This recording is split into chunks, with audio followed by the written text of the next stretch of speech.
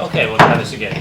Good afternoon and welcome to the February 8th meeting of the Finance and Government Operations Committee. Before we get started, we want to welcome back Mr. John Zaman from his trip to see his brand new grandbaby, full of hair and beautiful pictures. You're all welcome during our break to ask Mr. Zaman to see pictures. He has lots and lots. I was going to ask you for 5 minutes to show him. Put them on. If we need to take a break, we'll put them up on the TV. There you go. That's great. Just absolutely beautiful. And good to go. Before we get started, councilors, I have a couple of requests to make adjustments to the amendment order, the agenda order tonight. And for folks following along at home or in the audience, here we go. We're going to try to consider items I and L together since they relate to similar property and similar issues. I and L will be considered together. J and K will be considering together. And Councilor Sanchez, unless you object, we're going to try to put your two items together as well. On the back, for folks following along, that'll be items N and Q like Queen. Both are from Councilor Sanchez and relate to something similar, so we'll do those back to back as well. Councilors, do you have any other agenda request changes or other notes that we need to do before we get started? Seeing none, we will jump right in. On item B, EC 1628, approval of the recommendation for awards of the personnel hearing officers. And folks, by the way, I want to make a quick note. I should have done this at the top. For those of you who are interested in speaking tonight, our staff have sign-up forms there for items of public comment, either for general public comment or for each individual item on the agenda tonight. If you have a comment that you'd like to add, please get with our staff so that we can accommodate you in our schedule and be sure that we get to recognize you and give you a few minutes. Just like at the city council meetings, we're going to impose a 2-minute time limit on comments initially, and then councilors are welcome to follow up questions from there. So on this item tonight, we have one speaker signed up already, Mr. Charles Arasi. Thank you, sir. Thank you. On this EC, I want to, before I start talking about it, I want to go back a little bit on the last EC that was drawn up for this personnel hearing officer was back in October of 2012. And that was right after the city council established or amended an existing ordinance which established these hearing officers as separate entities. And that ordinance was also amended to require a city council approval for the hiring or the contracting with these personnel hearing officers. Saying that, that EC had a time limit of 2 years. So that meant these hearing officers, 4 of the hearing officers mentioned in here, except for Ms. Durzo, ran it through a 2-year contract in October of 2014. Since that time, those contracts were extended 3 times until the end of August of 2015. Now that EC that was approved by the council had a stipulation in it that those contracts could not be extended.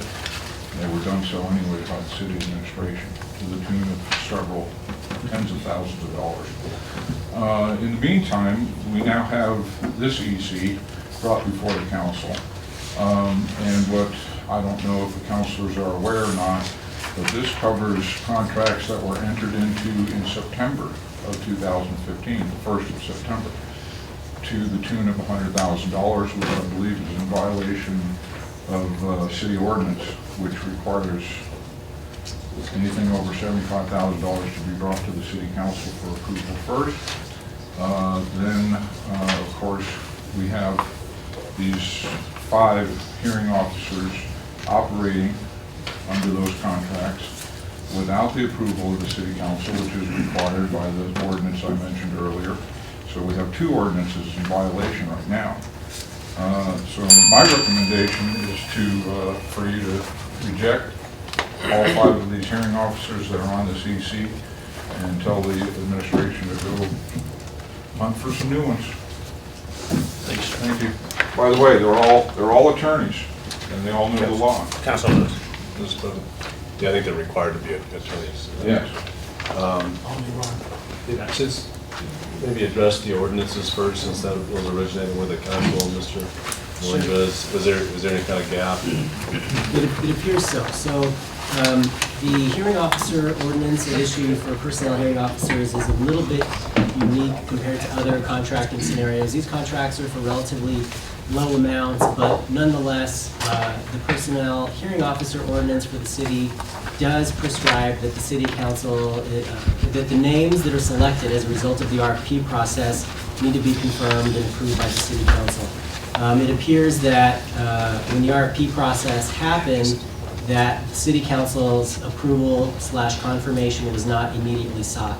However, the EC before you is, in my understanding, attempting to sort of ratify that process. I've spoken a little bit to city legal about this issue, and it appears that it was, and please correct me if I'm wrong, but it appears that it was just an oversight as far as timing with respect to how soon these will get gotten to the city council. So what the council is looking at right now is to review the names that are being submitted that resulted from the RFP process and to vote as to whether or not to accept those.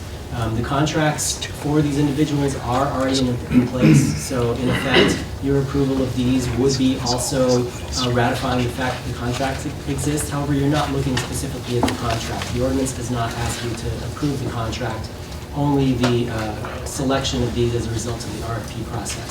The RFP scores are included in your packet to the extent you want to evaluate those. However, looking at those and talking with city legal about it, it appears that all the contractors were responsive to the RFP. Yes, sir. So I just have the administration, was there in fact an oversight in timing?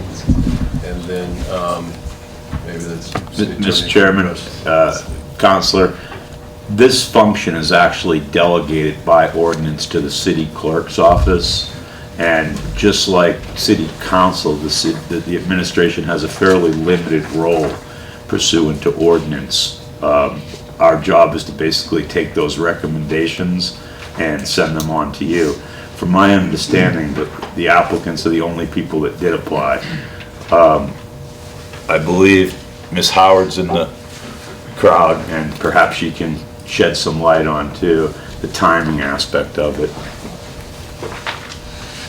Madam Clerk, thanks for joining us.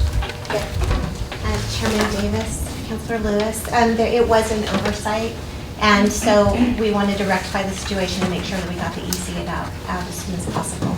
But the RFP went through a very fair process, and everything was vetted. The contracts are in place right now. Mr. Chair, so this is the city attorney, would you say this is a proper way to rectify the oversight there as far as what we're seeing before us here? And does it solve it? Is it appropriate? Mr. Chairman and Councilor Lewis, I did have the opportunity to look at this today, and I do believe that it is an appropriate way to rectify the oversight that happened earlier in the process. The ordinance says that the council should approve the names that are being recommended. It was put through a competitive bidding process. There were only 5 people who submitted. All 5 were evaluated, all 5 were ranked, all 5 were found responsive and appropriate for an award. That's the recommendation in the EC. Their scores are in there. It's my understanding that these are the 5 that had been hearing officers previously, or at least 4 of the 5. 4 of the 5 are. And so there's certainly no issue with the competitive bid process. That was all done properly. It really was just the oversight of this not coming to council before the contracts were done. But if the council approves these 5 names, which I do recommend, then it would go back to purchasing, and they would then just ratify the contracts that have already been put in place, which is not unheard of. That can happen for other reasons as well, technical issues in terms of timing, that a contract is ratified back in time. So I do think it's appropriate, and it would still fulfill the purpose of the council approving the 5 names that are being used. Also, because these hearings are required by law for different personnel and administrative actions, it really would not have been an option to halt all of those. So I think given all circumstances, this is a good way to rectify that oversight. Mr. Chairman, approval. Second. There's a motion and a second. Other questions from the council? Mr. Chair, yes, just a couple. I guess this would be for the city legal. So when you advertise for the RFP, can you let us know what type of advertisement you do? Is it in the journal? Is it?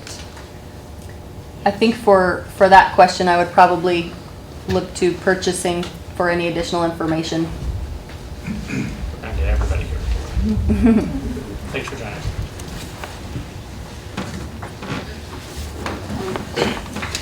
Councilor Kenyon, members of the committee, yes, we do advertise in the Albuquerque Journal for a period of 2 weeks consecutively in our most busiest time, which is the Saturday and Sunday publications.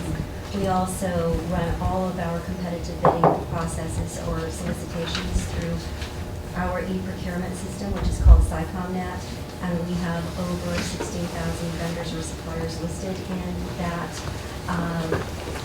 supply database.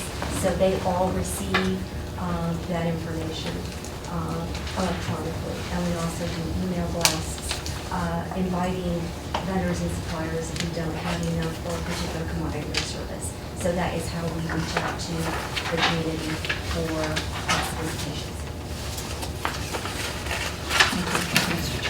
Any questions? And briefly, if I can, and maybe perhaps, Mr. Hernandez, this might be for you, just so that we can get the options on the record. If the council ultimately votes not to approve this EC, do we essentially go back to start from zero and essentially have a time and place where we don't have a personnel hearing board or personnel hearing officers available to provide that function? What happens if the council says no in this case? Because this is sort of, as I understand, sort of retroactive approval and catch up, if that's right.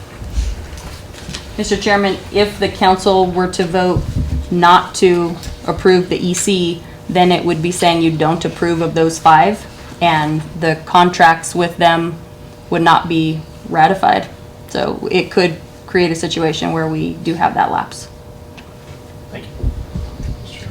Councilor. Just one clarification, so this EC would follow, just trying to think of the pathway that's following, it would go to the full council at the next meeting for final action, or would? Mr. Chairman, if you move immediate action, it would go to the council meeting a week from Wednesday. Is that the recommendation, or is there a recommendation for immediate action, or any kind of I think it would be prudent to do that, request? yes. There hasn't been one, but we could have one. Not an official recommendation, I didn't know if there was a request for that. Mr. Chairman, we would request immediate action. I don't think protracted a delay is probably advisable. Councilors, other questions? I'm sorry, is that? So, a motion and a second to approve EC 1628. All those in favor? Yes. Yes. All those opposed? And we have, I'm sorry. Immediate action. Thank you, sir. Second. Okay, and a motion for immediate action and second, any discussion? All those in favor on immediate action for EC 1628, vote yes? Yes. Yes. All those opposed? And both motions carry. Item B with immediate action moves forward.